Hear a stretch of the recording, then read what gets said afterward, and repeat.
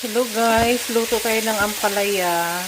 Frozen ampalaya to guys. May natira kasing adobo kahapon na may taba-taba pa nga. Mayroon pang ano dito. Ayan. Ginisa ko guys para ma-recycle naman yung leftover namin kahapon. O, diba?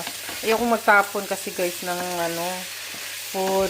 Tapos itong frozen na ampalaya guys, binili lang namin ito sa market kasi bihira lang kami makabili ng fresh dito, naka-frozen na kasi madali siyang masira, diba? O, ayan o. Tinanggalan ko siya ng buto. Tapos, ayun, kasi may buto-buto yan. Hinihiwa lang siguro rito. Kasi ayoko na may buto ba. Masisira yung pagkain ko. Ayan, ginisak ko siya sa sibuyas, bawang. Tapos yung adobo, nilagay ko. Ayan. Pwede na yung lunch ko niyan. Okay na yung lunch ko. Yan lang guys. Thank you for watching. Follow and share. Bye-bye. Ito na guys, luto ng ampalaya natin, kain na tayo. May dalawa akong itlog. Kasi kumakain talaga ako ng itlog guys. Dalawang itlog everyday. Kasi vitamin D. Kasi hindi naman kasi ako nagbibili ng araw. May itlog talaga ako lagi. Tsaka protein din yan guys. Tapos ayan o.